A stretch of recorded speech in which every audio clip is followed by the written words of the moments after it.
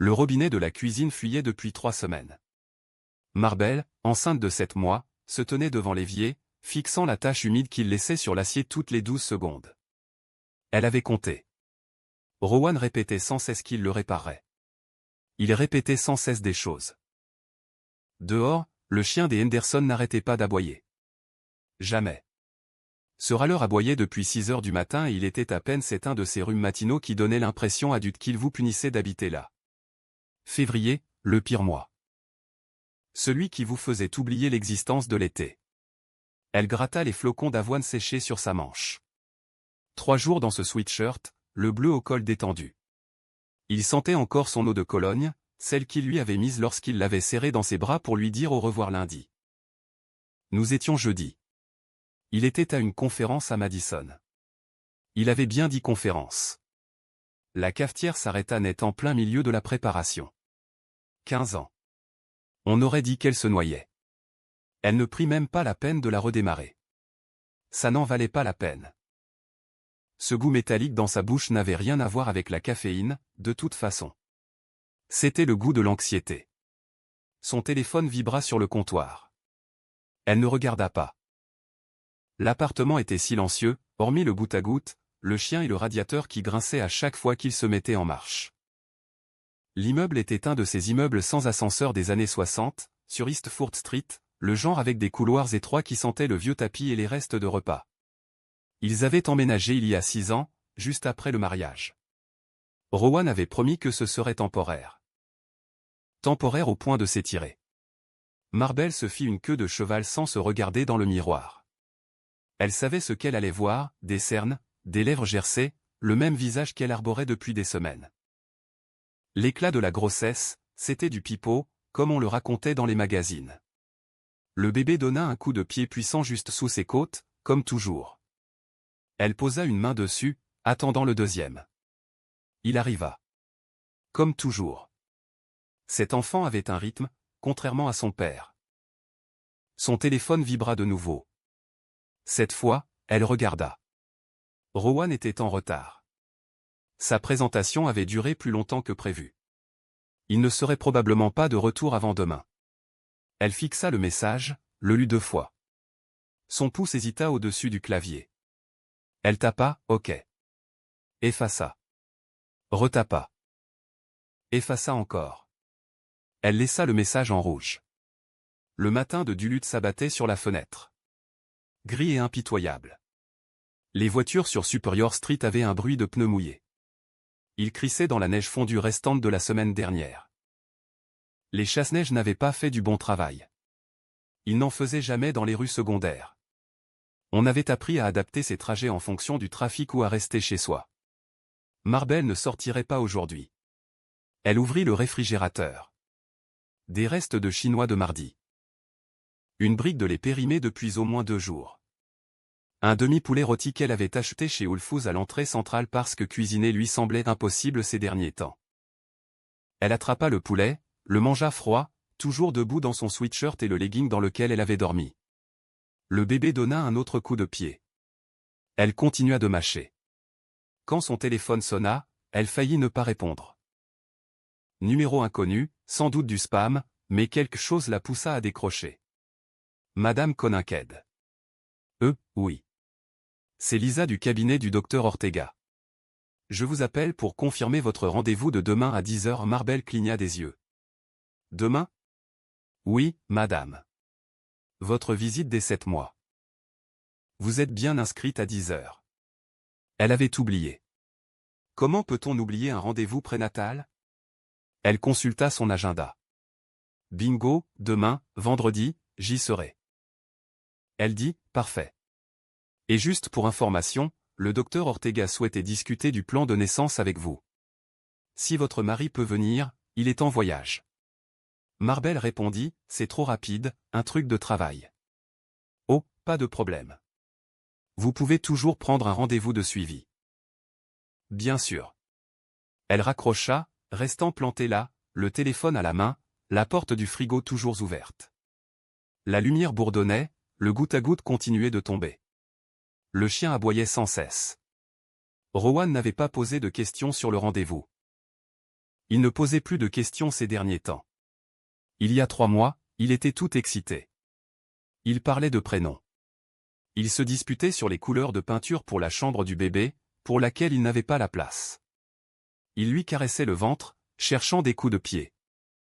Puis quelque chose avait changé. Elle n'arrivait pas à dire quand. Peut-être en novembre, peut-être avant, mais un jour il était là, et le lendemain, il était ailleurs. Physiquement présent, mentalement absent. Travailler tard était devenu son expression favorite. Puis, réunion matinale, puis, conférence à Madison. Madison était à 200 mètres au sud.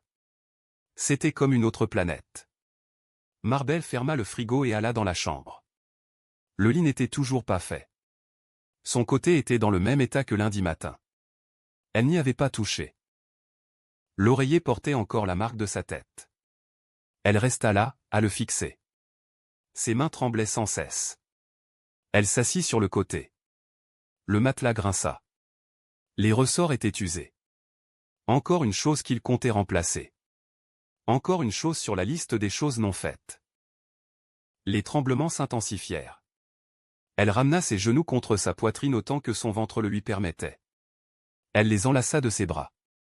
Elle inspira par le nez, expira par la bouche, comme le conseillait la vidéo de yoga prénatal. Elle l'avait regardé une fois, s'était sentie ridicule, et ne l'avait plus jamais refait. Ça ne servait à rien maintenant non plus. Son téléphone s'alluma sur la table de nuit. Un autre message. Rowan, tu me manques. 2 mots, sans ponctuation. Envoyé à 7h34. Elle le fixa jusqu'à ce que l'écran devienne noir. La vérité, c'est qu'elle avait commencé à remarquer des choses, des petits détails qui s'accumulaient. La façon dont il inclinait son téléphone pour lui tourner le dos quand il écrivait. La façon dont il prenait ses appels dans l'autre pièce. La façon dont il rentrait à la maison avec une odeur de parfum qui n'était pas la sienne. Floral, sucré. Le genre de parfum qui persiste. Elle lui avait demandé une fois, un nouveau parfum? Quoi? Tu sens différent? Il avait ri. C'est sûrement le savon de l'hôtel. Le savon de l'hôtel, hein? Il y avait plus. Le relevé de carte de crédit de la semaine dernière. Elle l'ouvrit parce qu'il oubliait toujours. 247 $ dans un restaurant dont elle n'avait jamais entendu parler. Lucia S., un restaurant italien à Madison. Elle fit une recherche. 4 étoiles. Éclairage romantique. Carte des vins exhaustive. Il lui avait dit avoir dîné à l'hôtel ce soir-là. Elle ne l'avait pas confronté. À quoi bon? Il aurait une explication. Il en avait toujours une. Dîner d'affaires, réunion client, conférence. Marabel se leva et se dirigea vers le placard. Son côté était à moitié vide. Il avait emporté le strict minimum pour Madison, ou bien il n'était pas rentré entre ses voyages. Elle n'en était plus sûre. Sur l'étagère du haut, derrière les boîtes à chaussures, elle le trouva. Un ticket de caisse froissé, glissé dans la poche de sa veste. La noire qu'il portait quand il voulait être élégant. Victoria's Secret 1864, taille 47, 8 février, il y a 4 jours. Elle le prit dans ses mains, le lut 3 fois. Sa taille était M, parfois L, et pour les vêtements de grossesse, tout était trop petit. Elle n'était pas allée chez Victoria's Secret depuis avant sa grossesse, rien ne lui allait plus. Dès qu'elle essayait, le bébé donnait un coup de pied. Elle plia le ticket, le remit en place et referma le placard. L'appartement était toujours silencieux. Le chien avait cessé d'aboyer. Elle travaillait. Le radiateur cliquetait. Le robinet gouttait. Marbel se dirigea vers la salle de bain, ouvrit la douche, resta sous l'eau jusqu'à ce qu'elle soit froide, sortit, se sécha et remit son sweatshirt. Elle se regarda dans le miroir. La buée embuait les bords. Elle l'essuya d'un revers de main. Le visage qui la fixait était fatigué, bouffi, méconnaissable. Elle ne pleura pas. Les larmes avaient cessé 2 semaines auparavant, à peu près au moment où elle avait réalisé qu'elle le savait déjà. Quelque part au plus profond de ce lieu où l'on se refuse à s'avouer certaines choses. Elle le savait. Son téléphone vibra dans l'autre pièce. Elle n'alla pas vérifier. Au lieu de cela, elle s'assit sur le rebord de la baignoire. la porcelaine froide pressée contre ses cuisses. Elle compta jusqu'à 60, puis recommença. Lorsqu'elle se leva enfin, ses jambes étaient flageolantes. Elle alla à la cuisine, ouvrit le tiroir près de la cuisinière, celui qui contenait les menus des plats à emporter, les piles et les stylos hors d'usage. Tout au fond, sous tout ça, se trouvait son ancien passeport d'avant son mariage, avant que la loi ne soit appliquée, lorsqu'elle s'appelait encore Marbel Ann Ainsley. Elle le sortit et le feuilleta. 3 ans s'étaient écoulés. Elle posa le billet sur le comptoir. Puis elle ouvrit le placard et trouva l'argent liquide qu'il gardait pour les urgences. $340. Pas grand-chose, mais c'était toujours ça. Elle le plia et le mit dans sa poche. Le bébé donna un autre coup de pied. « Je sais », murmura-t-elle. « Je sais. » Dehors, il commença à neiger. Une neige légère, de celles qui ne tiennent pas. Elle la regarda par la fenêtre. La rue supérieure était déjà grise. Les voitures avançaient au pas. Quelqu'un klaxonna. Le monde continuait de tourner. Son téléphone vibra de nouveau. Elle ne regarda pas. Au lieu de cela, elle se dirigea vers le placard et sortit le vieux sac à dos de la fac, bleu marine. Il y avait encore l'écusson du café où elle avait travaillé. Elle l'ouvrit et fixa l'espace vide à l'intérieur. Puis elle commença à le remplir. Pas tout, juste le nécessaire. Des sous-vêtements, des chaussettes, le pantalon de survêtement qui lui allait encore. Sa brosse à dents, ses vitamines prénatales, le chargeur de téléphone. Elle avançait lentement, méthodiquement, comme si elle s'observait de l'autre côté de la pièce. Quand le sac fut plein, elle le ferma et le posa près de la porte. Puis elle s'assit sur le canapé, celui-là même qu'ils avaient acheté chez Ikea 5 ans plus tôt. Le coussin était affaissé au milieu. L'accoudoir était taché, souvenir du jour où Rowan avait renversé du vin rouge et ne l'avait pas nettoyé assez vite. Elle resta assise là 1 heure, peut-être 2, sans bouger, sans penser, simplement suspendue entre le savoir et l'agir. La lumière extérieure changea. Le matin laissa place à l'après-midi. La neige cessa de tomber. Les nuages restèrent. Son téléphone vibra. Elle regarda. Rowan. Appelle-moi dès que tu peux. Elle posa son téléphone, écran vers le bas, sur la table basse. L'appartement était si silencieux qu'elle pouvait entendre son propre cœur battre. Ou peut-être étaient-ce les bébés. Difficile à dire. Elle se leva, se dirigea vers la porte et prit son sac à dos. Il était plus lourd qu'elle ne l'avait imaginé. Ou peut-être était-elle simplement fatiguée. Elle ouvrit la porte. Le couloir sentait les oignons qui cuisinaient.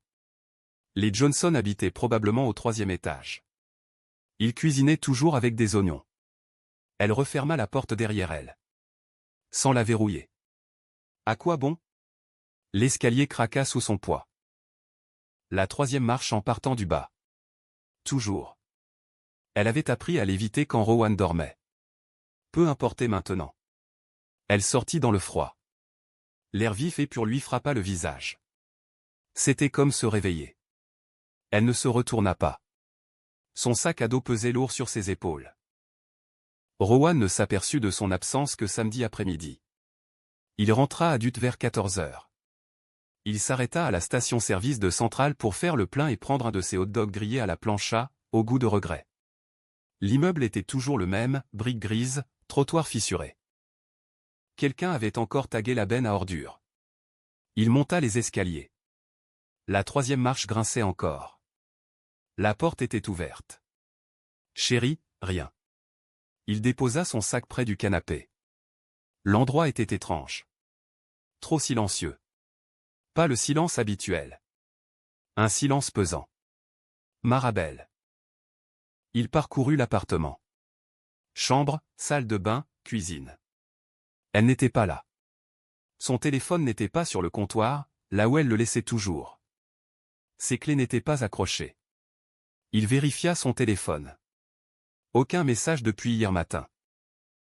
Depuis celui qu'il avait envoyé du hall de l'hôtel avant de partir. Tu me manques. Elle l'avait lu. Pas de réponse. Probablement chez sa mère ou à l'épicerie. Target. Peut-être. Elle y allait souvent. Elle disait que c'était le seul endroit où elle pouvait marcher sans avoir l'impression de s'évanouir. Il s'assit sur le canapé et alluma la télé. Un match de basket universitaire, le Wisconsin était en train de perdre. Il regardait sans vraiment regarder. Il vérifiait son téléphone toutes les quelques minutes. À 16 heures, il essaya d'appeler directement et tomba sur sa messagerie. « Salut, c'est moi. Où es-tu? Rappelle-moi. » Il raccrocha, fixa l'écran, ouvrit ses messages et fit défiler leur conversation. Leur dernier véritable échange remontait à lundi. Depuis, seulement ces messages, courts, des mises à jour, le genre de choses qu'on envoie pour cocher une case. Il avait une drôle de sensation au ventre. Il se leva et retourna dans la chambre. Cette fois, il regarda de plus près. Son côté de l'armoire était encore plein, presque. Il manquait quelques affaires. Le sweatshirt bleu qu'elle portait tout le temps, son legging préféré, la trousse de toilette de la salle de bain, sa brosse à dents. Il ouvrit le tiroir où elle rangeait ses sous-vêtements, à moitié vide. Le sac à dos, celui bleu marine de la fac. Il l'avait vu glisser au fond du placard la semaine dernière. Elle n'y était plus. Son cœur fit un bond. Pas encore de panique, juste une petite appréhension. Il essaya de rappeler. Messagerie vocale. Marbelle, sérieusement, où es-tu? Je suis à la maison. Appelle-moi. Il envoya un SMS à sa mère. Rowan, Marbelle est avec toi? 3 points apparurent, puis s'arrêtèrent, puis réapparurent. Linda, non. Pourquoi? Rowan, je vérifie juste. Elle ne répond pas Linda, il s'est passé quelque chose? Rowan, non. Tout va bien. Il verrouilla son téléphone et le posa face contre table sur le comptoir. Tout n'allait pas bien. Il resta là 1 minute, peut-être 2. Puis il prit ses clés et sortit. Sa mère habitait une maison de plein pied près de Woodland Avenue. 20 minutes en voiture par beau temps. 30 minutes le samedi, avec les embouteillages. Rowan avait mis 18 minutes. Linda ouvrit la porte en peignoir. Les cheveux mouillés. Elle venait de prendre une douche. Elle n'est pas là, dit Linda. Non. Bonjour. Pas de conversation. Tu es sûr? Rowan. J'habite ici. J'en suis sûr. Il passa une main dans ses cheveux. Quand lui as-tu parlé pour la dernière fois? Mercredi, je crois. Peut-être jeudi. Le visage de Linda se crispa. Pourquoi? Que se passe-t-il? Je ne sais pas. Elle n'est pas à la maison et elle ne répond pas. Vous vous êtes disputés? Non. Linda le fixa. Ce genre de regard qui vous fait sentir comme un enfant pris en flagrant délit de mensonge. Tu es souvent absent. Le travail, n'est-ce pas?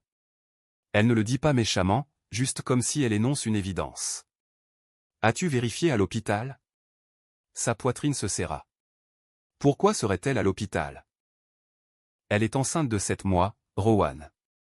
Où pourrait-elle être d'autre? Il sortit son téléphone, appela l'hôpital Saint-Luc, demanda le service des accouchements. Non, Marabel Coninkhead. Il essaya. Même chose. Linda le regarda tout ce temps, les bras croisés, le visage impassible. Peut-être qu'elle est allée chez une amie, dit Linda. Quelle amie? Je ne sais pas. Tu es son mari. Dis-moi. Il n'avait pas de réponse. Linda soupira. Elle ouvrit la porte en grand. Entre. Je vais essayer de l'appeler. Elle essaya 3 fois. Messagerie vocale à chaque fois. Ils s'assirent à la table de la cuisine. Linda prépara du café. Rowan ne le but pas. Il se contenta de tenir la tasse. Il sentit la chaleur à travers la céramique. Quand es-tu rentré? Demanda Linda. Il y a 2 heures. De Madison. Oui. Qu'est-ce qu'il y a à Madison? Un truc de marketing pour une conférence. Linda hocha la tête. Elle but une gorgée de son café. Elle ne dit rien d'autre. Inutile. Le silence parlait pour elle. Rowan se leva. Je devrais y aller. Elle est peut-être déjà rentrée. Rowan. Il s'arrêta. Si elle était partie, Linda posa sa tasse. Il y a une raison. Il ne répondit pas. Il sortit simplement. L'appartement était toujours vide. À son retour, il essaya d'appeler à nouveau. Messagerie vocale. Il ouvrit son ordinateur portable et consulta leur compte bancaire. Aucune activité récente. Dernier débit, mercredi. Whole Foods, $38,47. Il consulta ses emails. Le mot de passe était toujours le même. Rien d'inhabituel. Un rappel de rendez-vous du docteur Ortega. Un email promotionnel de Target. Les spams habituels. Il resta assis là, les yeux rivés sur l'écran. Puis il se souvint de son téléphone. Il avait la géolocalisation. Il l'avait configurée il y a des années. Un de ces trucs de couple pour pouvoir toujours se retrouver. Elle trouvait ça romantique. GYKINPHN, il trouva ça pratique. Il ouvrit l'application. Son téléphone était hors ligne. Dernière localisation connue, leur appartement. Jeudi matin. 8h47. Il y a 2 jours. Ses mains se mirent à trembler. Il se leva. Il fit les 100 pas entre la cuisine et la chambre, puis de la chambre à la cuisine. Le robinet continuait de goutter. Il le serra davantage. Il continuait de goutter. Bref, il prit son téléphone et appela sa meilleure amie, Adli, une fille qu'elle connaissait depuis le lycée et qui vivait maintenant à Minneapolis. Ils ne s'étaient pas parlé depuis des mois, probablement, mais peut-être pas. Salut Adli. C'est Rowan. Un silence. Salut, quoi de neuf? Tu as des nouvelles de Marabelle? Pas depuis une semaine, peut-être plus. Pourquoi? Elle a disparu. Quoi? Elle n'est pas à la maison. Elle ne répond pas au téléphone. Je ne sais pas où elle est. Un autre silence. Plus long cette fois. Tu as appelé la police? Ça ne fait que 2 jours. 2 jours? La voix d'Adli devint plus sèche. Et tu appelles les gens seulement maintenant? J'étais en déplacement. Je viens de rentrer. Tu étais en voyage? Elle l'a dit d'un ton neutre, comme si c'était infect. Bon. Adli, si tu sais quelque chose je n'en sais rien, mais Rowan elle a attendu, s'assurant qu'il écoutait. Si elle était partie, c'est qu'elle n'avait pas le choix.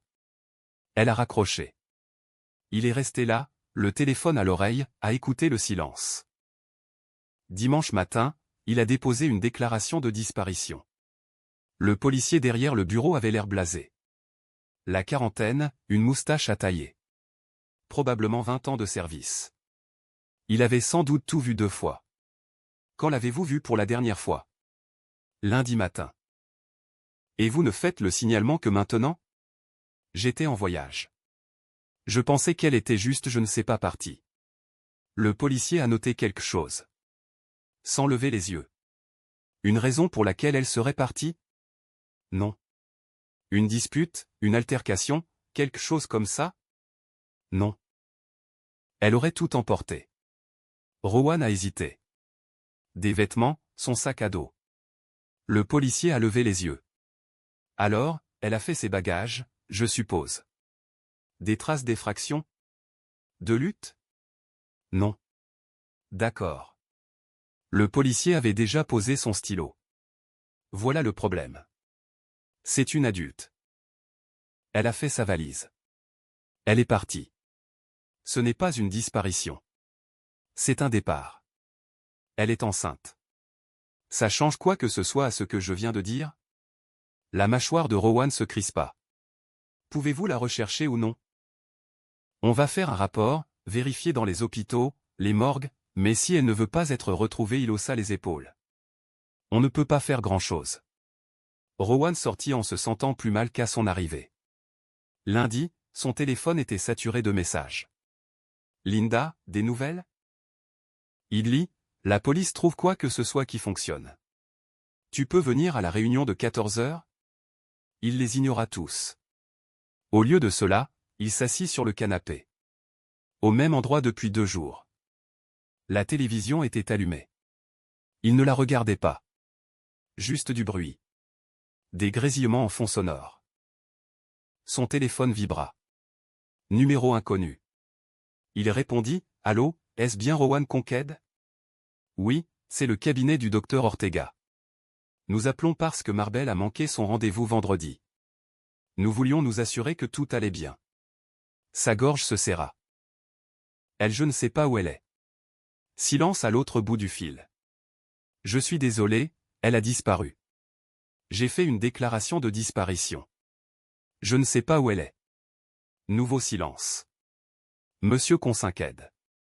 Le bébé va bien? Je ne sais pas, la femme au téléphone dit autre chose. Il ne l'entendit pas. Il raccrocha. Il resta assis là, le téléphone sur les genoux. Enceinte de 7 mois, disparue. Il repensa à ce ticket de caisse, celui de Victoria's Secret, celui qu'il avait fourré dans la poche de sa veste et oublié jusqu'à ce qu'Eloan, en riant, le sorte et lui demande s'il lui avait acheté quelque chose. Il ne lui avait rien acheté. Il l'avait acheté pour Eloan. Dentelle noire, taille S, 186, 47. Il se souvint du regard d'Eloan lorsqu'elle avait ouvert le sac. Elle l'avait embrassé. Il avait eu l'impression d'avoir à nouveau 25 ans, au lieu d'en avoir 44, marié et attendant un enfant dont il n'était pas sûr d'être prêt. Il sentit son estomac se nouer. Il se leva, alla aux toilettes, vomit et resta agenouillé sur le carrelage froid pendant 10 minutes, peut-être plus. Lorsqu'il se releva enfin, il se regarda dans le miroir. Le visage qui le fixait ressemblait à celui de son père. Fatigué, usé, un visage marqué par le poids des épreuves. Il alla dans la chambre, ouvrit le placard et trouva la veste. Le ticket de caisse était encore là. Il le sortit, le dévisagea. Puis il le froissa et le jeta à la poubelle. Cela ne le réconforta pas. Mardi après-midi, son téléphone sonna. Numéro inconnu, encore. Bonjour, monsieur Consinqued. Ici l'inspectrice Sarah Quinn du commissariat de Dutte. Je vous appelle au sujet de votre femme. Son cœur s'arrêta. L'avez-vous retrouvée? Non, mais j'ai quelques questions à vous poser. D'accord. Pouvez-vous venir au commissariat? Quand? Maintenant, si possible. Il avait conduit jusqu'ici dans le brouillard, s'était garé de travers, sans s'en soucier. L'inspectrice Quinn était plus jeune qu'il ne l'avait imaginé. La trentaine. Un regard perçant. Le genre de regard qui ne laisse rien passer. Elle le conduisit dans une petite pièce. Mur gris, table, 2 chaises, café à l'odeur de brûlé. Monsieur Cad, je vais être direct. Où étiez-vous jeudi dernier? À Madison? Je l'ai dit à l'agent. Que faisiez-vous à Madison? Une conférence professionnelle? Quelqu'un peut-il le confirmer? Sa bouche se dessécha. Quoi? Quelqu'un peut-il confirmer votre présence? Oui, enfin, il y avait des gens à la conférence. Des noms? Il lui en donna 3. Elle les nota. Comment va votre mariage? Bien. Elle le regarda. Elle ne dit rien, elle attendit. Ça va bien, répéta-t-il. D'une voix plus faible cette fois. Pas de dispute, pas de problème. Non. Vous êtes sûr? Oui. L'inspectrice Quinn se renversa en arrière. Monsieur Quinn, je vais être honnête. Les femmes enceintes ne disparaissent pas comme ça. Pas sans raison. Donc, soit il lui est arrivé quelque chose, soit elle est partie. Et si elle est partie, c'est pour une raison. Je ne peux pas vous obliger à me dire laquelle, mais ce serait utile. Les mains de Rowan tremblaient. Il les glissa sous la table. Il n'y a rien, dit-il. Elle le fixa pendant 5 secondes, puis ferma son carnet. On vous recontactera. Il sortit. L'air extérieur lui semblait raréfié. Il resta assis dans sa voiture pendant 20 minutes, incapable de se rappeler comment la démarrer. Lorsqu'il arriva enfin chez lui, l'appartement lui parut plus petit. Les murs semblaient l'oppresser. Il s'assit sur le canapé. Le robinet goutait. Son téléphone vibra. « Hello, ça va? Tu es silencieux. » Il fixa le message. Puis il éteignit son téléphone. L'appartement était silencieux, hormis le goutte-à-goutte et le bourdonnement du réfrigérateur. Quelque part, Marabel respirait, ou peut-être pas. Il ne le saurait jamais. Marabel était partie depuis 3 semaines quand le monde de Rowan commença à s'effondrer, là où il ne s'y attendait pas. Le premier appel venait de leur propriétaire. Le loyer était dû, et ce depuis 5 jours. Rowan avait oublié. Il n'oubliait jamais. Marabel le lui rappelait toujours. C'était elle qui tenait le calendrier, qui payait les factures, qui se souvenait de tout. Il envoya le chèque. 200 $ de frais de retard. Le deuxième appel venait du travail de Marabel, le café de la rue Supérieure. Le gérant voulait savoir si elle allait revenir. Il la remplaçait depuis 3 semaines. Ils avaient besoin d'une réponse. Rowan n'en avait pas, je ne sais pas où elle est, dit-il. Long silence. Elle a démissionné, alors. J'imagine. Le gérant raccrocha sans dire au revoir. Rowan resta dans la cuisine. Le robinet fuyait toujours. Il avait acheté une nouvelle machine à laver chez Menarès 2 jours auparavant. Il avait regardé une vidéo sur YouTube.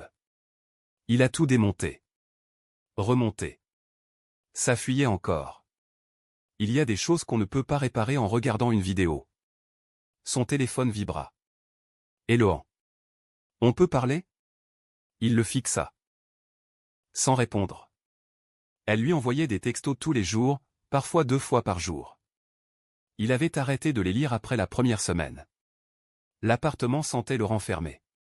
Il avait arrêté de sortir les poubelles, arrêté de faire la vaisselle. L'évier était plein. Le bac de recyclage débordait de bouteilles de bière, de sacs de céréales, de ces trucs bon marché. Il buvait 6 bières par soir, parfois plus. Son reflet dans le miroir de la salle de bain ressemblait à quelqu'un qu'il avait connu. Barbe de 3 jours grisonnante, yeux rouges, le même t-shirt depuis 4 jours. Ça sentait la transpiration et le vieux parfum. Il ouvrit la douche et resta sous le jet jusqu'à ce que l'eau soit froide. Le détective Quinn appela un jeudi. Monsieur Coninkhead, nous avons vérifié les hôpitaux dans un rayon de 3 états. Les refuges, les morgues, rien. Aucune trace de votre femme. D'accord. J'ai aussi appelé les contacts que vous m'avez donnés de la conférence de Madison. Rowan a eu un mauvais pressentiment et 2 d'entre eux ont confirmé votre présence. L'un d'eux a dit ne pas se souvenir de vous avoir vu. Il a serré le téléphone plus fort. C'était une grande conférence, n'est-ce pas? Elle n'avait pas l'air convaincue. Monsieur Coninkhead, je vais vous poser une question et j'ai besoin que vous soyez honnête. D'accord. Aviez-vous une liaison? La question l'a glacé.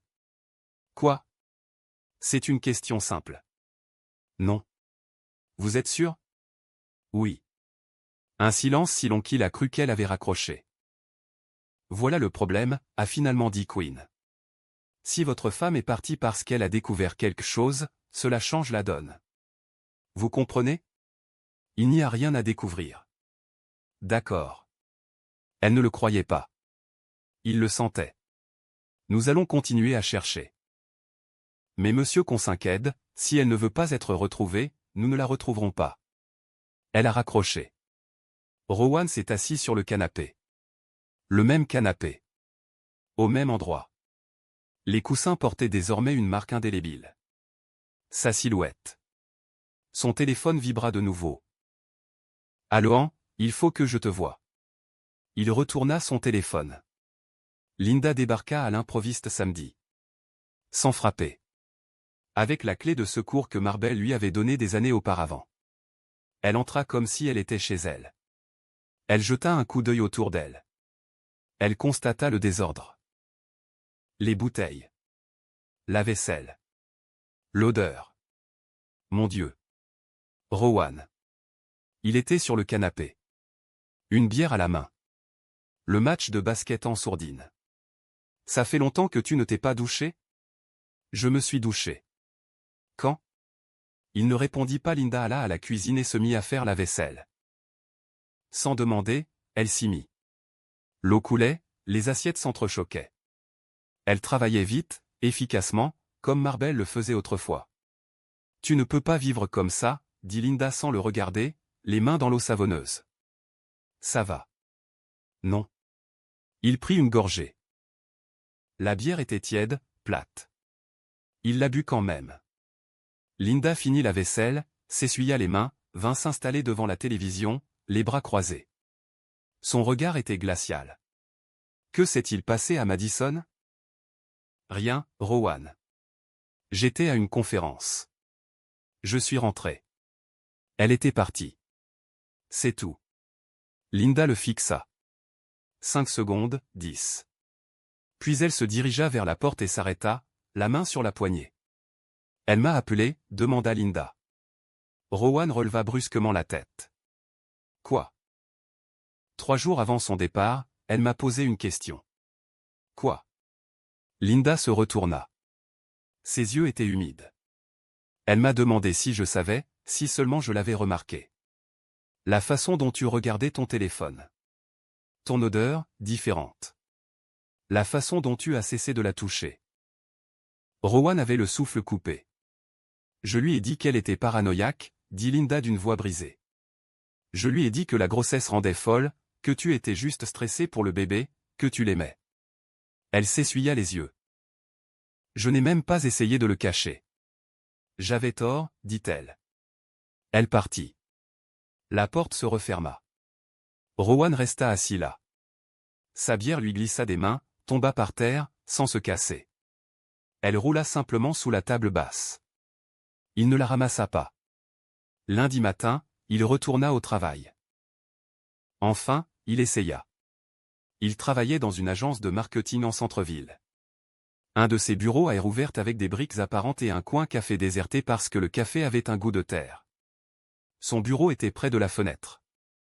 Vue sur le lac quand il faisait beau. Il faisait toujours nuageux. Son patron l'interpella dans la salle de pause. Rowan. Salut, comment ça va? Bien. Des nouvelles de Marbel? Non. Son patron semblait mal à l'aise. Écoute, prends tout le temps qu'il te faut. Sérieusement, on est là pour toi. Je vais bien. Je peux travailler. Oui, mais, le patron jeta un coup d'œil autour de lui et baissa la voix. Peut-être devrais-tu en parler à quelqu'un. Les RH ont des ressources, un thérapeute, ce genre de choses. Rowan acquiesça. Il ne le pensait pas vraiment. Il retourna à son bureau, ouvrit son ordinateur portable et fixa ses emails pendant 2 heures sans en lire un seul. À midi, il alla en voiture au Whole Foods de l'entrée centrale, celui où Marbel avait ses habitudes. Il ne savait pas pourquoi, il s'y était juste retrouvé. Il parcourut les rayons, attrapant des choses au hasard. Des pâtes bio, du fromage raffiné, les vitamines prénatales qu'elle achetait.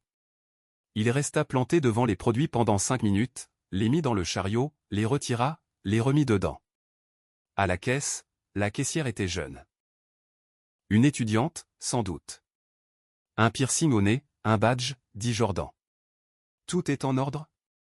Rowan acquiesça. Jordan examina les vitamines, hésita. Elles sont parfaites. Ma sœur les utilisait quand elle était enceinte. Rowan sentit sa gorge se serrer. Ça fera 6347. Il paya, prit les sacs et sortit. Sur le parking, il s'assit dans sa voiture, les sacs sur le siège passager. Les vitamines le fixaient à travers le plastique. Il sortit son téléphone et ouvrit ses messages avec éloin.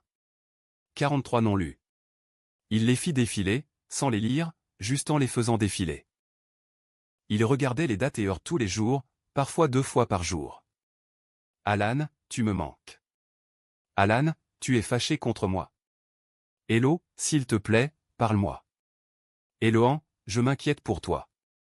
Eloan, Rowan, Eloan, sérieusement. Hello, d'accord. Peu importe. Le dernier message datait de ce matin. Eloan, j'arrive à Dut. Ses mains se mirent à trembler. Il tapa, non. 3 points apparurent, disparurent, puis réapparurent. Eloan, trop tard. Je suis déjà là. Elle l'attendait devant son appartement à son retour, appuyée contre sa voiture.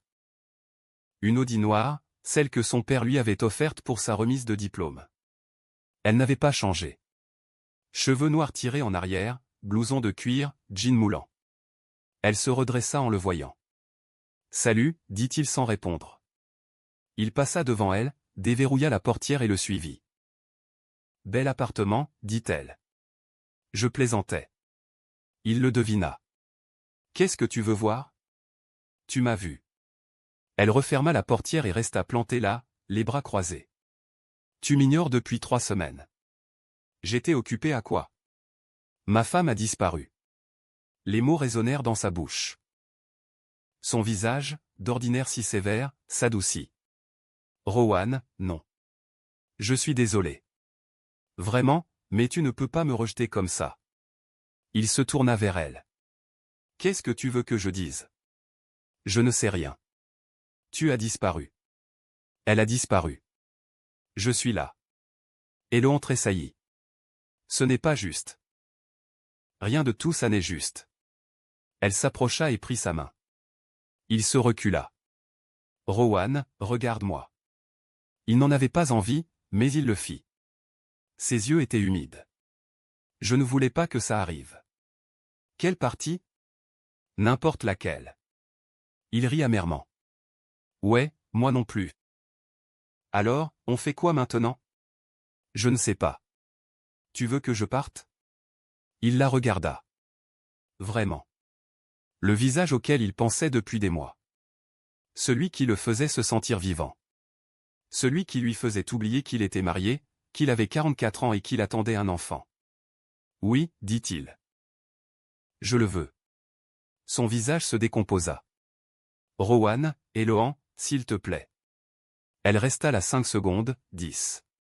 Puis elle prit son sac, se dirigea vers la porte et s'arrêta, la main sur la poignée. Elle ne reviendra pas, Elodie, silence. Tu le sais, n'est-ce pas? Sors. Elle partit. La porte claqua. Rowan se tenait au milieu de l'appartement. Le même appartement, les mêmes murs, le même robinet qui goutte. Il se dirigea vers la chambre et ouvrit le placard. Son côté était encore à moitié plein. Des robes qu'elle ne portait jamais. Des pulls d'avant sa grossesse. Des chaussures devenues trop petites. Au fond, derrière tout ça, il y avait une boîte. Il la sortit, s'assit sur le lit et l'ouvrit. Des photos, des vieilles photos d'avant leur mariage. Elle a 23 ans, les cheveux blonds plus longs qu'aujourd'hui. Souriante. Un vrai sourire. Pas le demi-sourire fatigué qu'elle lui adressait depuis des mois. Il y en avait une de deux. Un parc à Minneapolis. Des feuilles d'automne partout. Elle riait de quelque chose qu'il avait dit. Il avait son bras autour d'elle. Ils avaient l'air heureux. Ils avaient été heureux. Il posa la photo et continua de fouiller. Au fond de la boîte, il y avait une enveloppe. Son écriture était écrite de sa main. À mon bébé. Ses mains tremblaient. Il l'ouvrit. À l'intérieur, une lettre. 2 pages. Son écriture. Soignée. Précise. Mon bébé, je ne sais pas si tu liras un jour cette lettre. Je ne sais même pas si tu existeras un jour, mais je l'écris quand même parce que j'ai besoin de croire en quelque chose. Et pour l'instant. Tu es tout ce qui me reste. Ton père et moi essayons. Nous essayons depuis 2 ans. C'est difficile, plus difficile que je ne l'imaginais. Chaque mois, j'espère. Et chaque mois, je suis déçu. Mais je continue d'espérer parce que quand je pense à toi, je vois toute ta vie. Je vois tes premiers pas. Tes premiers mots, ton premier jour d'école. Je te vois grandir, devenir quelqu'un. Je nous vois, une famille. Je ne sais pas si ton père voit les choses de la même façon. Il dit que oui, mais parfois j'en doute. Parfois, je le regarde et je ne reconnais pas la personne qui me fixe, mais je l'aime. Vraiment. Et je crois qu'il m'aime aussi. Du moins, je l'espère. Bref, je t'écris parce que je veux que tu saches que tu es désiré. Même si tu n'existes pas encore, même si tu n'existeras jamais, tu es désiré. J'espère te rencontrer un jour. Je t'aime, maman. La lettre datée d'il y a 3 ans, avant leur réussite, avant le test positif, avant tout. Rowan la lut 2 fois. Puis il la plia soigneusement, la remit dans l'enveloppe et la posa sur la table de chevet. Il s'allongea sur le lit et fixa le plafond. La fissure dans le plâtre qu'il avait l'intention de réparer. Encore une chose qu'il n'avait pas faite. Son téléphone vibra. Il ne regarda pas dehors. Il se mit à pleuvoir. Une pluie battante, sans fin.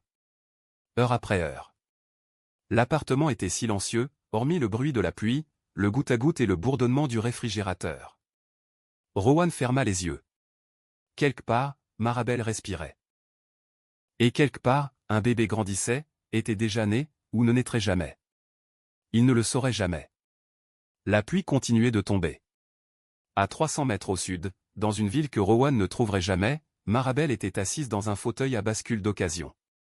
15 $ dans un vide-grenier. Il grinçait quand elle bougeait. Finn dormait dans ses bras, 2 mois, 4 kilos à peine, et grandissait vite. L'appartement était petit, un studio, 6 cents $ par mois. C'était tout ce qu'elle pouvait se permettre avec son salaire au cabinet d'avocat. Répondre au téléphone, classer des papiers, le genre de travail où l'on ne s'interroge pas sur les trous dans un CV. L'avocate, Rebecca Lawson, avait été gentille, elle avait accepté son dossier gratuitement quand Marabel s'était présentée enceinte de 7 mois avec pour seul bagage un sac à dos et 300 $.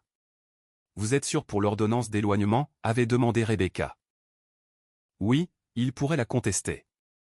Il ne le fera pas. Rebecca l'avait regardé. Vraiment? Comment le savez-vous? Parce qu'il devrait avouer pourquoi je suis parti, et il ne le fera pas, elle avait raison. Finn remua, laissa échapper un petit gémissement. Marabel le réajusta et continua de le bercer. Elle pensait parfois à du luth, à l'appartement, au robinet qui fuyait et que Rowan n'avait jamais réparé. À la vie qu'elle avait quittée. Elle ne la regrettait pas. Ni l'endroit, ni la personne qu'elle avait été. La femme qui se faisait toute petite, qui faisait semblant de ne rien remarquer, qui attendait qu'il la choisisse. Cette femme-là avait disparu.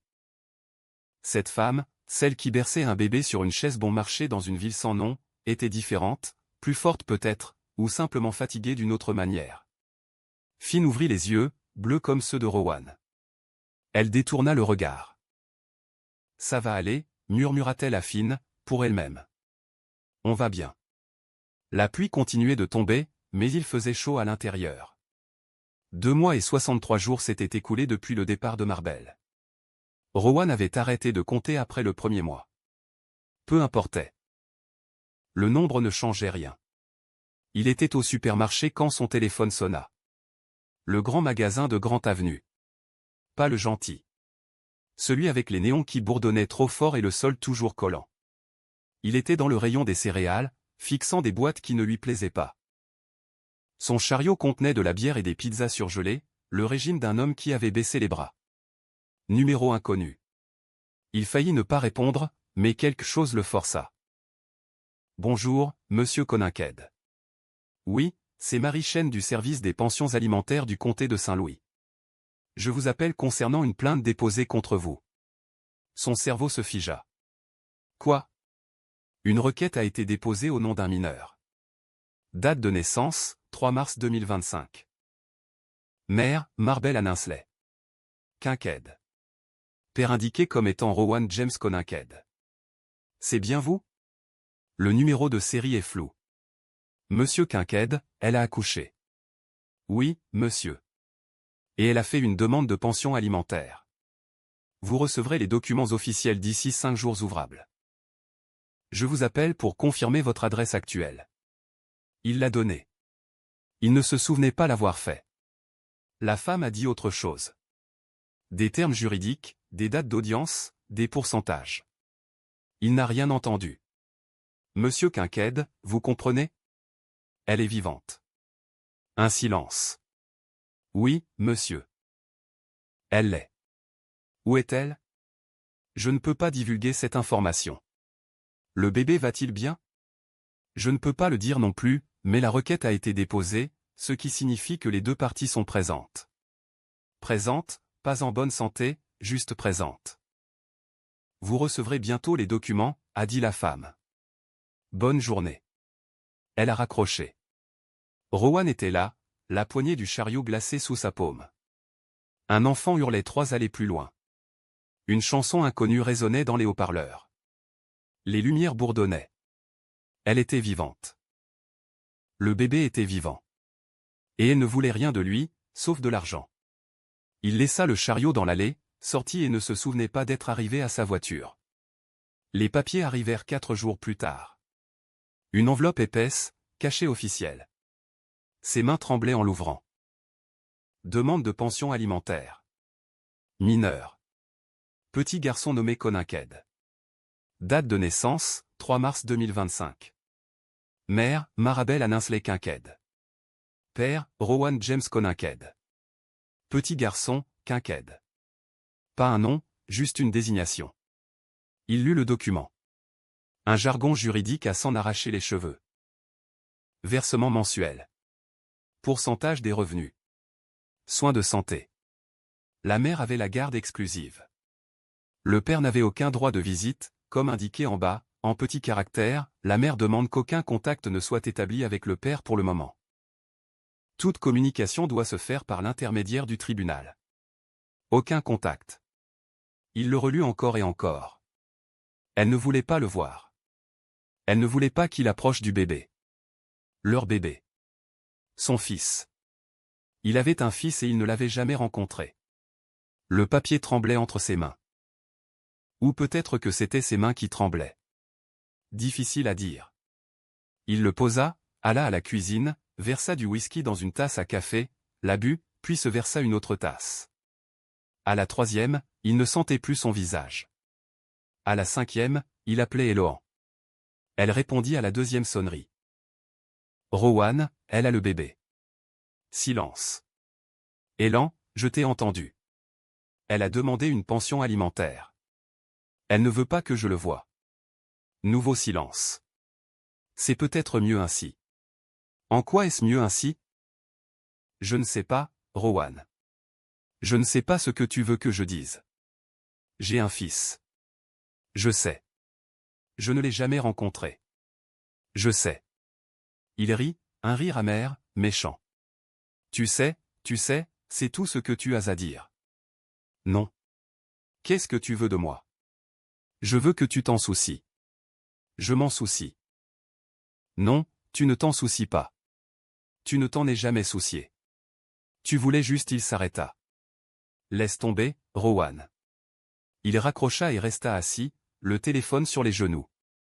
L'appartement était plongé dans le noir. Il n'avait pas allumé la lumière. À quoi bon?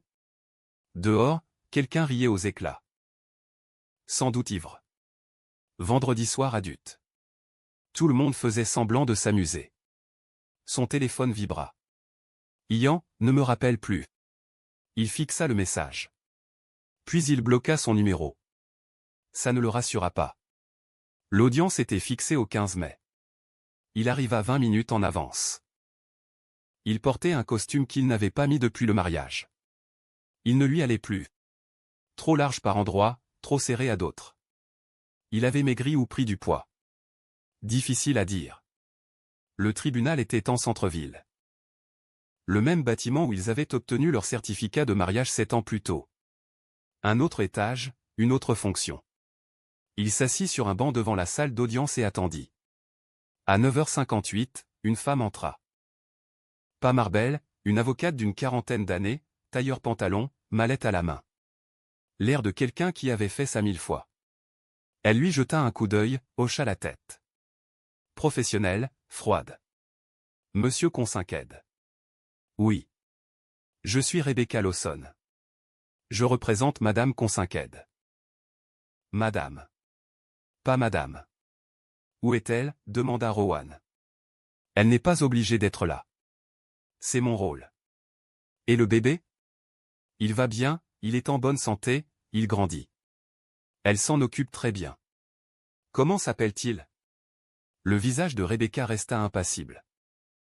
Cela n'a rien à voir avec cette procédure. C'est mon fils, et vous devrez subvenir à ses besoins. C'est ce que nous sommes venus déterminer. Elle entra dans la salle d'audience sans se retourner. Rowan resta assis. 5 minutes, 10, puis il la suivit. L'audience dura 30 minutes. La juge était une femme d'un certain âge, cheveux gris, lunettes de lecture, un visage qui en avait vu de toutes les couleurs et qui restait impassible.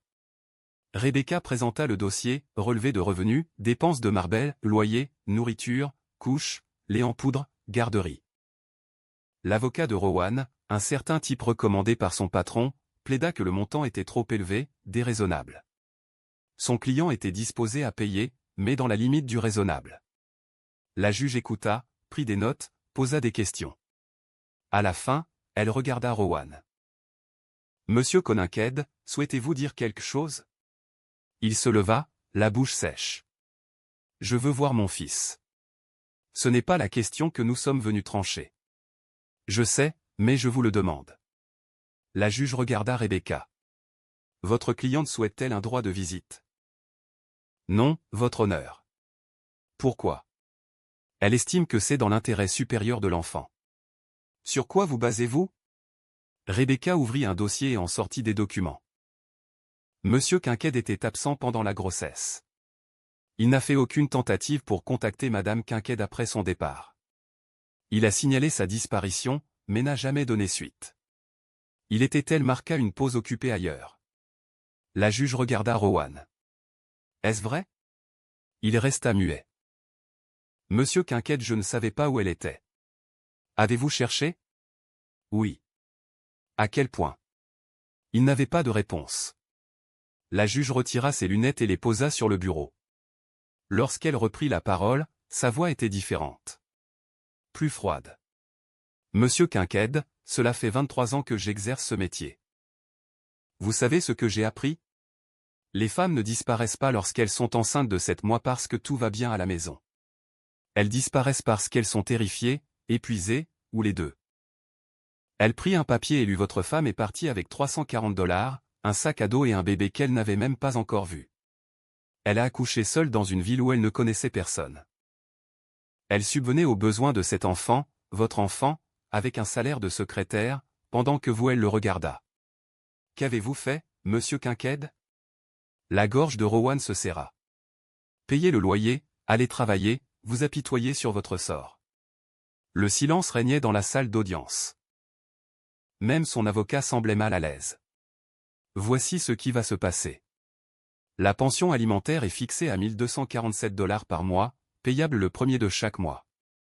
Monsieur Coninkhead, si vous souhaitez un droit de visite, vous devrez déposer une requête séparée. Mais je vous le dis tout de suite, si la mère s'y oppose, il vous faudra une excellente raison pour justifier ce droit. Et, je ne savais pas où elle était, ne suffira pas. Elle frappa le marteau. C'est terminé. Rowan sortit quelques jours plus tard. Rebecca l'interpella dans le couloir.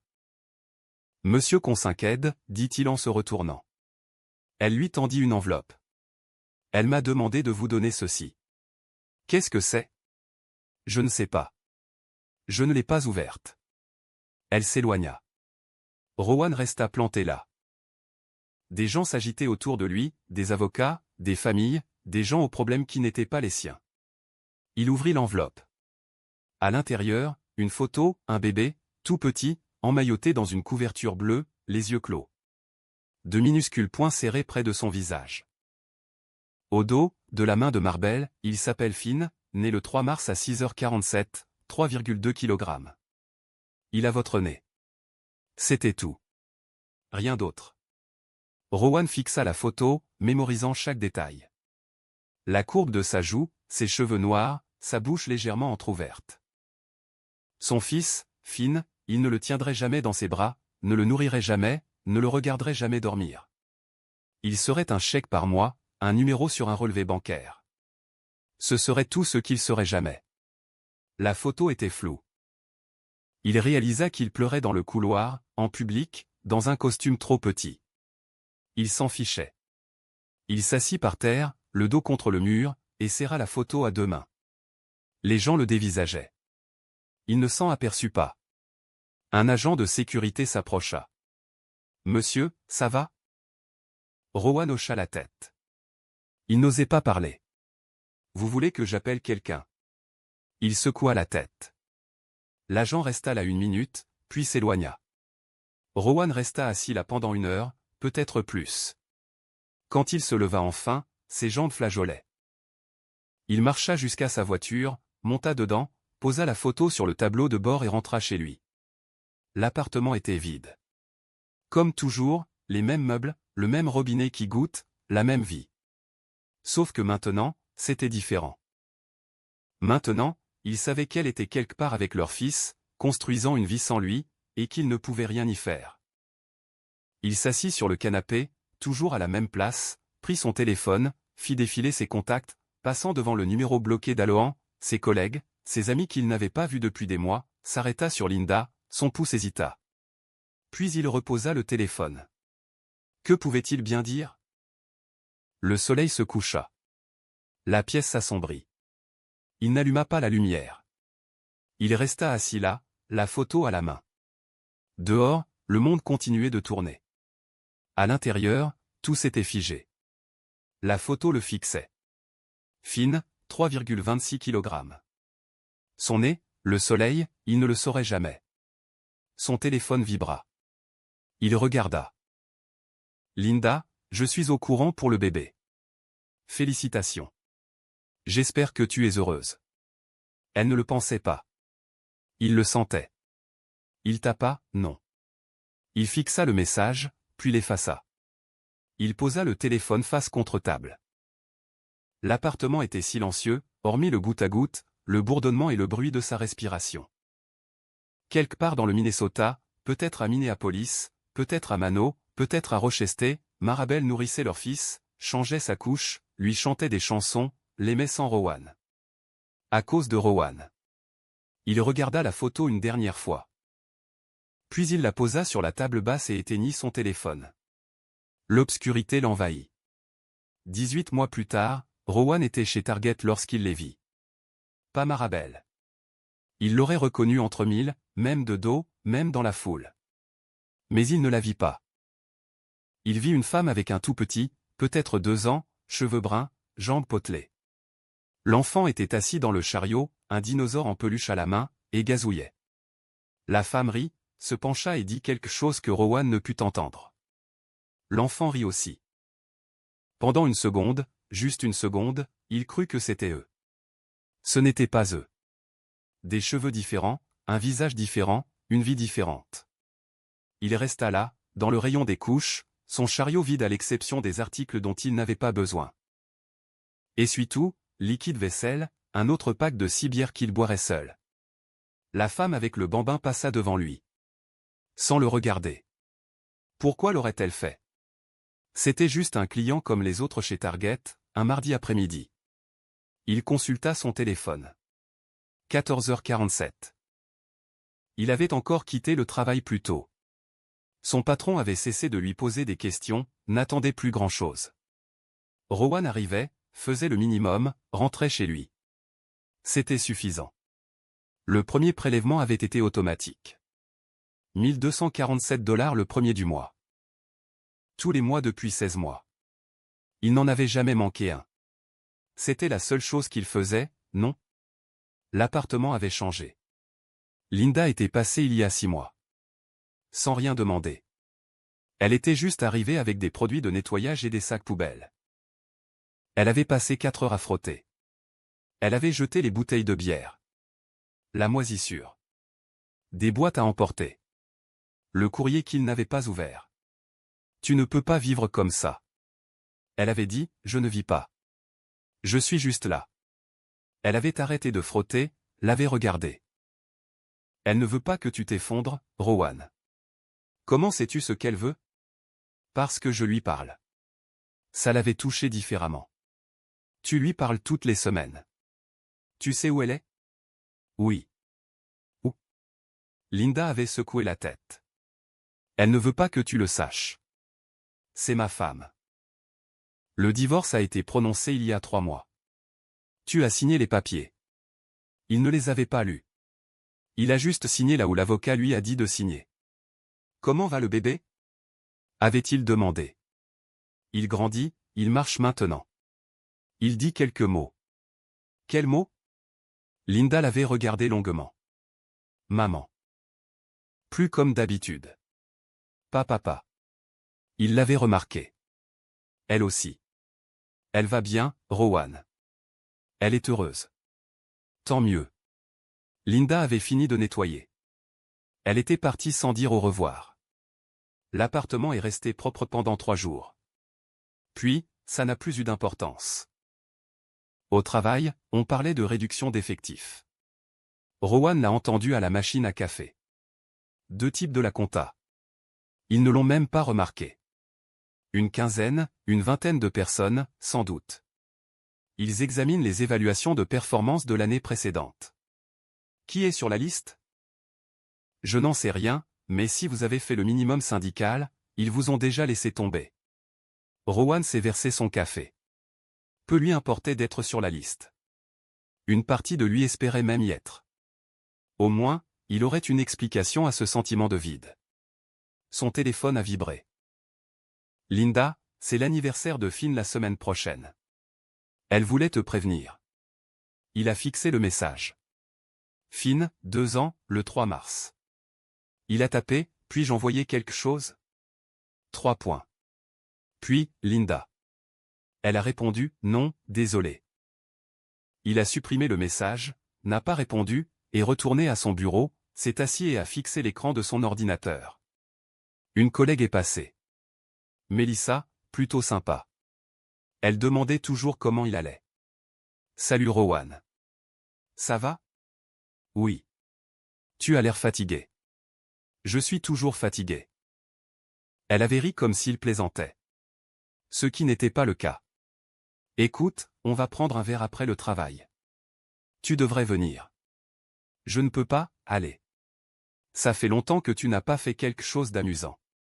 Il ne s'en souvenait plus. Peut-être la prochaine fois, avait-il dit. Elle était partie. Il n'y aurait pas de prochaine fois. Ils le savaient tous les deux. Le printemps est arrivé, puis l'été. Utah a enfin connu des températures clémentes. Environ 24 degrés. Les gens réagissaient comme si c'était un miracle. Les parcs étaient bondés. Le lac était rempli de kayaks. Tout le monde faisait semblant de vivre dans un endroit où il faisait bon vivre. Un samedi, Rowan est passé en voiture devant l'aire de jeu de la 4e rue. Il a vu des enfants sur les balançoires, des parents avec des poussettes, des gens normaux vaquant à leurs occupations. Il s'est demandé si Marbel emmenait Finn dans les aires de jeu. Il s'est demandé si Finn aimait les balançoires. Il s'est posé beaucoup de questions auxquelles il ne saurait jamais répondre. Son téléphone sonna. Inspecteur Quinn. Monsieur Consinqued. Oui. Je voulais simplement vous informer que nous classons officiellement l'affaire de disparition de votre femme. Bien. Elle a été retrouvée saine et sauve. Nous avons confirmé qu'elle était en bonne santé. Affaire classée. Où est-elle? Je ne peux pas vous le dire. Pourquoi? Elle nous l'a demandé. Elle en a le droit. Il raccrocha. Affaire classée. Aussitôt. L'automne fut rude cette année-là. La première neige arriva tôt. Le 12 octobre. Rowan la regarda tomber de sa fenêtre.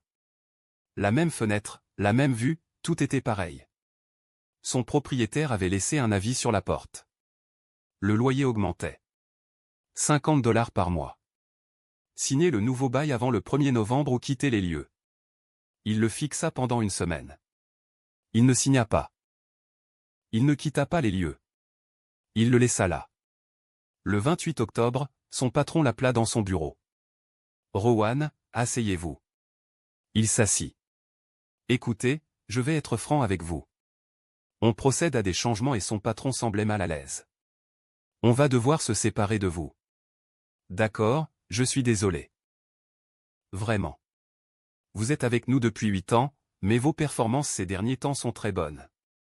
Je comprends. Son patron avait l'air soulagé. On vous versera 2 semaines d'indemnité de départ et une lettre de recommandation si vous en avez besoin. Merci. Il avait vidé son bureau cet après-midi-là, sans dire au revoir à personne, et était rentré chez lui. L'appartement lui paraissait plus petit, ou peut-être lui plus grand. Difficile à dire. Il ouvrit son ordinateur portable et consulta des offres d'emploi sur Indeed, LinkedIn et Craigslist. Il ferma l'ordinateur et ouvrit une bière. Novembre fut pire. Pas de travail, aucune perspective. Il toucha le chômage, mais ce n'était pas suffisant. La pension alimentaire était prélevée automatiquement. Le loyer était dû. Il lui restait peut-être 2 mois avant que tout ne s'effondre. Linda appela. Rowan, Il faut qu'on parle de quoi? De toi. Je suis inquiète. Ne t'inquiète pas, as-tu pensé à une thérapie ou à un groupe de soutien? À quelque chose? Je vais bien.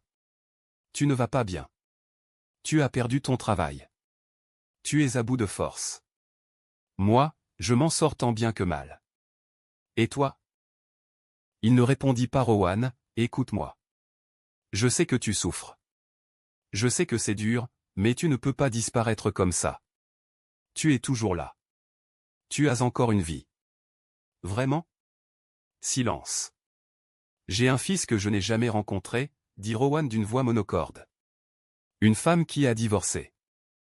Un travail que j'ai perdu parce que je n'arrivais pas à me reprendre en main. C'est quoi, cette vie? C'est celle que tu as, et tu peux soit continuer à t'y noyer, soit essayer de faire autre chose. Comme quoi? Je ne sais pas déménager. Recommencer à zéro. Se faire aider. N'importe quoi, sauf ça. Il avait raccroché, mais ces mots résonnèrent en lui. Décembre arriva. Rowan il a fait ses valises. Le peu qu'il possédait, a donné son préavis pour l'appartement, a vendu ses meubles sur Facebook Marketplace à moitié prix. Peu importait. Il a pris la route vers le sud. Sans plan précis. Il a juste roulé, et s'est retrouvé à South Falls. Il a trouvé un boulot dans un entrepôt, à charger des camions, au salaire minimum, de nuit. C'était mieux. Pas de réflexion, pas de conversation, juste du travail. Il louait une chambre dans une maison avec 3 autres gars, des ouvriers du bâtiment. Il buvait de la bière, regardait du foot et ne posait pas de questions. Parfait. La pension alimentaire continuait d'arriver. Le premier du mois, 1,247 $. Il gagnait 21,5 $ par mois après impôts. Le loyer était de 450 $, la nourriture environ 200 $, l'essence 100 $. Il vivait avec le reste. Ce n'était pas grand-chose, mais c'était toujours ça. Le printemps allait bientôt revenir. Finn aurait bientôt 3 ans. Rowan y pensait parfois tard le soir, quand l'entrepôt était calme après son service et qu'il était trop excité pour dormir. 3 ans, il parlait probablement déjà par phrases complètes, courait, grimpait, posait des questions sur tout. Ressemblait-il à Rowan ou à Marabelle? Avait-il posé des questions sur son père? Marabelle lui avait-elle dit quelque chose? Ou Rowan n'était-il pour eux deux qu'un numéro sur un relevé bancaire? Il ne le saurait jamais. Et peut-être que c'était bien ainsi. Peut-être que c'était ce qu'il méritait. Une nuit d'avril, il était à une station-service. 2 heures du matin. Il achetait un café et une barre protéinée. Son dîner. Une femme entra. La trentaine, enceinte, peut-être de 7 mois. Elle avançait lentement, fatiguée, la main sur le bas du dos. Elle prit une bouteille d'eau, quelques crackers, paya et partit. Rowan la regarda s'éloigner, pensa à Embelle, enceinte de 7 mois, préparant son sac à dos, sortant dans le froid. Il était à Madison avec Eloan, achetant de la lingerie, jouant à faire semblant pendant que sa femme était seule, effrayée, prévoyant de disparaître. Il avait mal à la poitrine. Il paya son café et sortit. La nuit était claire. Des étoiles partout. Un ciel qui vous fait vous sentir petit. Il s'assit dans sa voiture. Il ne la démarra pas. Il resta assis là. Il sortit son téléphone. Ouvrira ses photos. Faire défiler les anciennes. Tout à l'époque. La photo du tribunal. Finn, une couverture bleue, les yeux fermés, ses petits poings serrés. Il s'appelle Finn. Né le 3 mars à 6h47. 3,26 kg. Il a ton nez. Il l'a longuement contemplé. Puis il a ouvert son application Notes et s'est mis à écrire. Cher Finn, je ne sais pas si tu liras un jour ce message. Je ne sais pas si ta maman te le montrera un jour, mais je l'écris quand même. Je suis désolé. Je suis désolé de ne pas avoir été là à ta naissance. Je suis désolé. Je ne sais pas quel est ton jouet préféré, ce que tu aimes manger, ni si tu as peur du noir. Je suis désolé d'avoir fait des choix qui m'ont empêché de le savoir. Ta maman est une bonne personne, meilleure que moi. Elle est forte et intelligente, et elle t'aime plus que tout. Tu as de la chance de l'avoir. J'espère que tu es heureux. J'espère que tu es en sécurité. J'espère que tu ne te demanderas jamais pourquoi je ne suis pas là. Parce que la vérité, c'est que je ne le mérite pas. J'espère que tu auras une belle vie, Finn. Vraiment. Je t'aime, papa. Il l'a lu 2 fois. L'a enregistré. Ne l'a jamais envoyé. 2 années passèrent. Rowan resta à Sioux Falls, conserva son emploi à l'entrepôt et fut promu superviseur. Rien d'extraordinaire, mais stable. Il vivait seul, ne fréquentait personne, voyait parfois son colocataire et restait surtout dans son coin. Les paiements continuaient d'arriver, mais 247 pour des tout petits le premier du mois. Il imaginait Finn, maintenant âgé de 5 ans, à la maternelle, apprenant peut-être à lire, se faisant des amis, grandissant sans lui. Linda appelait une fois par an, vers l'anniversaire de Finn, donnant des nouvelles, brèves et factuelles. Il va très bien. Un enfant intelligent. Il adore les dinosaures. Tant mieux. Elle va bien aussi. Elle a un emploi. Secrétaire dans un cabinet d'avocats. Ils ont une situation stable.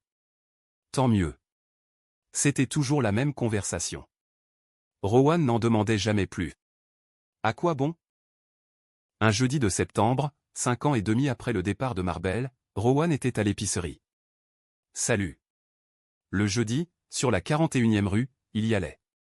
À la même heure, toujours la même routine. Il était dans le rayon des séries quand il l'a vue. Pas Mara Blanc.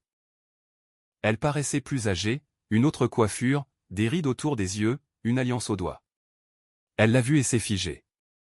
Ils se sont dévisagés. 3 secondes, 5. Puis elle s'est retournée et est partie. Il l'a laissée entrer dans le parking. Assis dans sa voiture, il l'a regardé charger ses courses dans une Subaru. Un homme est sorti, un grand blond, et lui a passé le bras autour des épaules. Elle a souri. Ils sont partis. Rowan est resté assis là pendant 20 minutes. Puis il est rentré chez lui. Ce soir-là, il a supprimé son numéro bloqué de son téléphone. Il n'en avait plus besoin. Le 6e anniversaire de Finn est arrivé et reparti. Linda a appelé. Il est entré en CP. Il lit déjà des romans. Les enfants sont incroyablement intelligents. Rowan a souri. Comme sa mère. Oui, comme sa mère. Un silence. Rowan. Oui. Ça va? Je suis là. Ce n'est pas ce que je demandais. Il a regardé autour de lui dans son appartement. Une chambre, propre, calme, vide. Je vais bien, dit-il. Linda ne le crut pas. Il le sentait. Mais elle n'insista pas, prends soin de toi, Rowan. Toi aussi. Elle raccrocha. Rowan s'assit sur son canapé, alluma la télévision, un jeu télévisé. Il ne regarda pas. Il pensa à Marabel. Où qu'elle soit, dans le Minnesota, probablement toujours en train d'élever leur fils, de se construire une vie. Elle avait gagné, pas de façon spectaculaire, pas par la vengeance, les révélations ou l'humiliation publique. Elle avait. GYKINPHNI elle avait gagné en partant, en choisissant Finn et elle-même, en survivant. Et Rowan, lui, avait tout perdu. Non pas parce qu'on le lui avait pris, mais parce qu'il l'avait laissé filer. Pourquoi? Quelques mois avec quelqu'un d'indifférent, qui était passé à autre chose, qui avait oublié. Il prit son téléphone, ouvrit la photo. La seule qu'il avait. Finn, la couverture bleue, nouveau-né. Il serait méconnaissable maintenant. 6 ans. Un être humain à part entière. Un être humain que Rowan ne connaîtrait jamais. La télévision continuait de ronronner. Dehors, quelqu'un rit. La vie continuait. Sauf pour lui. Il ferma la photo, posa son téléphone. L'appartement était silencieux. Il l'était toujours et le serait toujours. 10 ans. Une décennie, c'est assez long pour devenir quelqu'un d'autre ou pour réaliser qu'on ne le deviendra jamais. Rowan a eu 54 ans un mardi de novembre. Personne n'a appelé. Personne n'était au courant. Il n'en a parlé à personne. Il a fait son service à l'entrepôt. Rentré dans le même appartement. Préparé le même dîner. Du poulet surgelé, du riz, des légumes en sachet. Les paiements continuaient d'être effectués. Il avait gagné $247 le premier de chaque mois pendant 10 ans. $149, soit $640 au total. Il avait fait le calcul une fois, tard dans la nuit, alors qu'il n'arrivait pas à dormir. Près de $150 pour un fils à qui il n'avait jamais parlé. C'était l'erreur la plus coûteuse de sa vie, et la seule chose qu'il ait jamais faite de bien. Finn aurait maintenant 12 ans, au collège, probablement plus grand que Marabel, en pleine construction, devenant celui qu'il était censé être. Faisait-il du sport? Aimait-il la musique? Était-il timide, extraverti, ou quelque part entre les deux? Rowan n'en savait rien. Linda avait cessé d'appeler il y a 3 ans. La dernière fois qu'ils avaient parlé, elle avait été directe, froide, même. Marbel m'a demandé d'arrêter de te donner des nouvelles. Elle a dit, ce n'est pas juste pour Finn. Il est assez grand pour poser des questions maintenant, et elle ne veut pas qu'il soit confus quant à l'identité de son père. Rowan avait répondu, d'accord, que pourrait-il dire d'autre? Les nouvelles avaient disparu. Il vivait désormais dans un silence complet. La seule preuve que Finn existait réellement était le prélèvement automatique. Chaque mois, comme une horloge, Rowan se demandait parfois si Marbel pensait à lui. Probablement pas. Pourquoi l'aurait-elle fait? Elle avait tourné la page, construit sa vie, élevé leur fils, tout fait comme il fallait, tandis que Rowan se contentait d'exister. Le travail à l'entrepôt lui convenait. Il avait été promu 2 fois. Chef d'équipe, il gagnait maintenant $47 par an. Après impôts et pensions alimentaires, il vivait avec environ $1800 par mois. Le loyer était de $650. Les charges s'élevaient à $100, la nourriture à $300 et l'essence à $150. Il économisait le reste. Sans trop savoir pourquoi. Une habitude, peut-être. Son compte épargne affichait $43. De l'argent gaspillé. De l'argent pour rien. De l'argent pour personne. À sa mort, cet argent irait à Finn. Il y avait veillé. Il avait mis à jour son testament 2 ans auparavant. Tout pour Finn Conquête. Pas grand-chose, en somme. Une Honda Civic 2015 avec 290 km au compteur. Quelques meubles. Ses économies. C'était tout. Aucune photo. Aucun souvenir, aucune preuve d'une vie digne d'être racontée. Juste de l'argent et des regrets. Il avait encore la photo, celle du tribunal.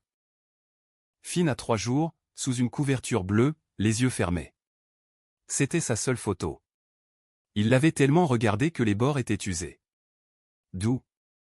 Le papier était froissé là où il l'avait plié pour la glisser dans son portefeuille. Il avait cessé de la garder sur lui 5 ans auparavant. Il la rangeait dans le tiroir de sa table de chevet. Il la regardait peut-être une fois par mois. Quand le silence devenait insupportable, le bébé de la photo avait disparu. Depuis des années. À sa place, un garçon de 12 ans que Rowan ne reconnaîtrait même pas dans la rue. C'était plus douloureux que tout. Non pas l'absence, mais le remplacement. Le temps avait fait son œuvre. Il avait effacé son fils avant même de le connaître. Parfois, rarement, mais parfois, Rowan s'autorisait à imaginer une autre version. Une version où il rentrait de Madison et où Marble était là, fatiguée, enceinte, mais là. Et il disait la vérité, franchement, sans détour. J'ai fait une erreur. Je suis désolé.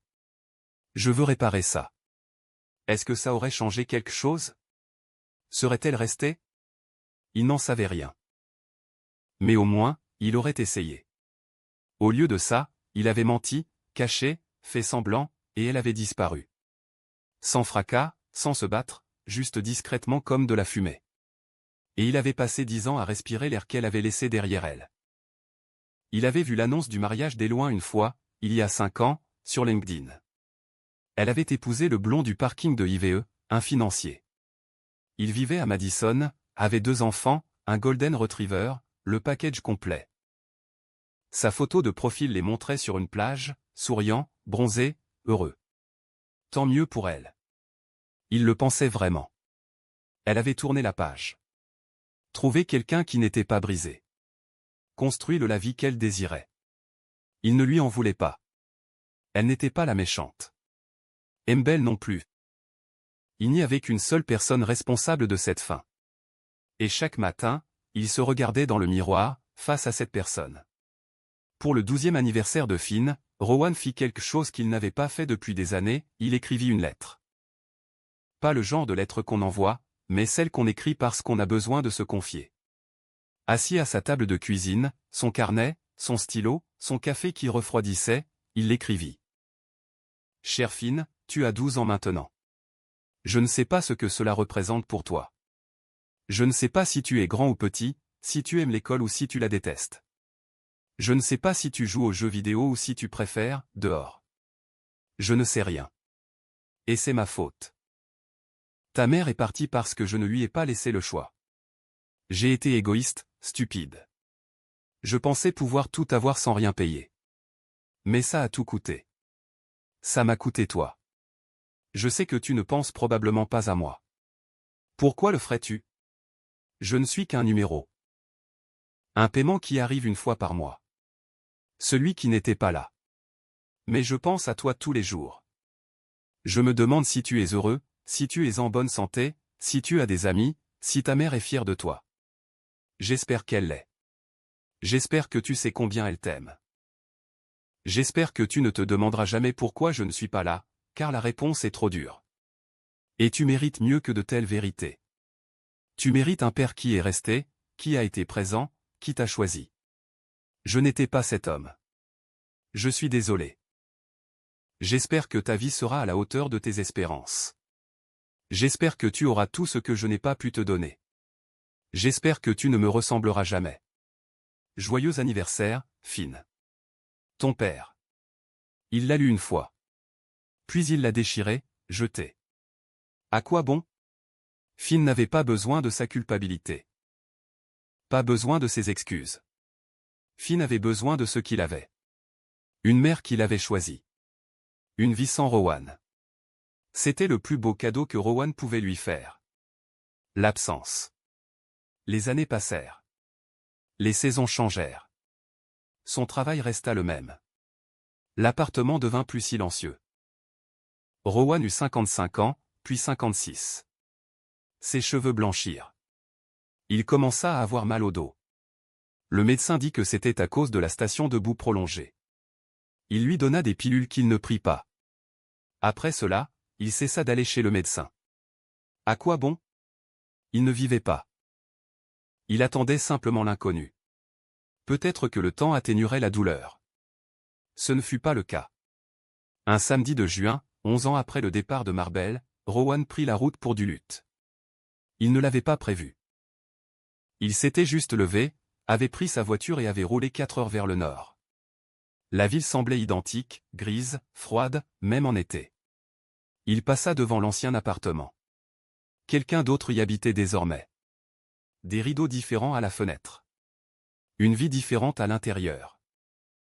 Il passa devant le Super One où il avait reçu l'appel concernant la pension alimentaire, devant le palais de justice où il avait vu la photo de Finn pour la première fois, devant le Whole Foods à l'entrée principale. Tout était pareil, et rien ne l'était. Il finit par arriver à Canal Park, se gara au bord du lac et resta assis là, fenêtres ouvertes. L'eau était plate, grise, infinie.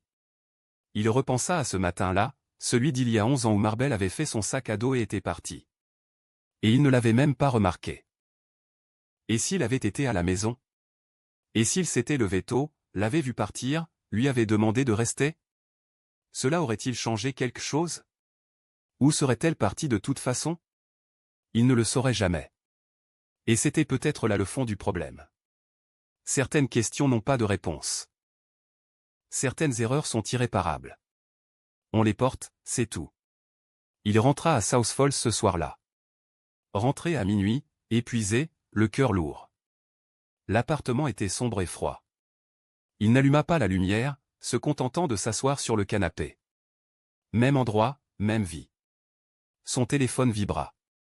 Un SMS. Numéro inconnu. Il faillit ne pas l'ouvrir, mais quelque chose le força. Inconnu. C'est Finn. Son cœur s'arrêta. Il relut le message encore et encore.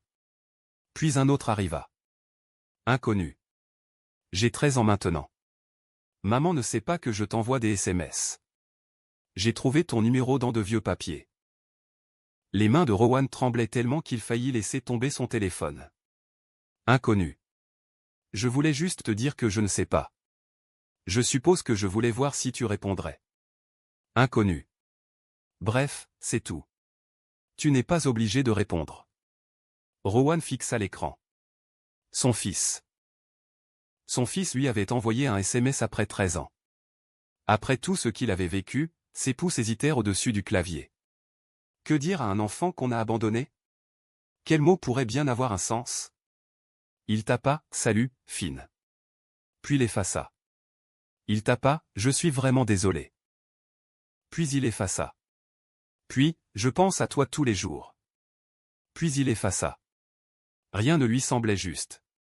Rien n'était suffisant. Il posa son téléphone, le reprit, puis le reposa. Les messages le fixaient. Des bulles bleues. La preuve que Finn était bel et bien vivant. Qu'il pensait à lui. Au bout de 5 minutes, il écrivit « Rowan. Salut, je suis là. Je t'écoute. Dis-moi ce que tu as à dire, je suis là. » Il appuya sur « Envoyer » avant de pouvoir l'effacer. 3 points apparurent, puis disparurent, puis réapparurent. Finn. Bon, c'était tout.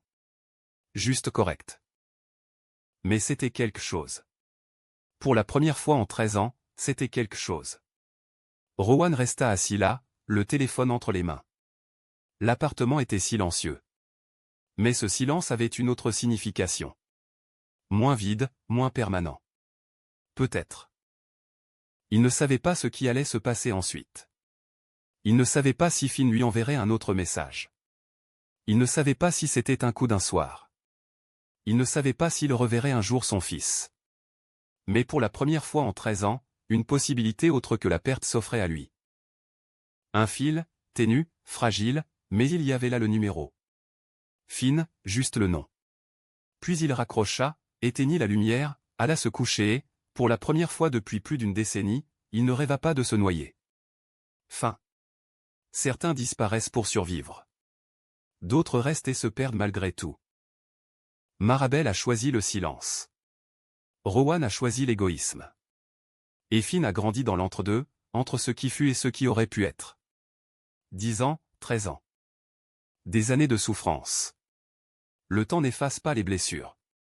Il nous apprend seulement à vivre avec. Rowan l'a appris à ses dépens. Et au final, la seule question qui comptait était celle à laquelle il ne pouvait répondre. Si vous aviez une chance de choisir autrement, de choisir ceux qui avaient besoin de vous plutôt que la personne qui vous désirait, la saisiriez-vous? Ou vous convaincriez-vous que demain suffirait? Certains ont droit à une seconde chance. Certains reçoivent un message à minuit d'un fils qu'ils n'ont jamais rencontré. D'autres ne reçoivent rien du tout. Rowan, lui, a eu un fil. Et c'était peut-être plus qu'il ne méritait. Mais peut-être, juste peut-être, était-ce suffisant pour commencer à se hisser hors du précipice. Que feriez-vous si la vie que vous avez détruite vous tendait la main une dernière fois? Répondriez-vous ou laisseriez-vous sonner l'alarme? Merci d'avoir regardé. Vos commentaires sont très importants pour notre travail. Alors, n'hésitez pas à laisser un commentaire pour nous dire ce que vous en pensez et d'où vous nous regardez. N'oubliez pas de vous abonner à la chaîne et d'activer les notifications pour ne manquer aucune histoire. Votre participation est essentielle à la poursuite de notre travail. N'hésitez donc pas à partager cette histoire avec tous ceux qui pourraient être intéressés.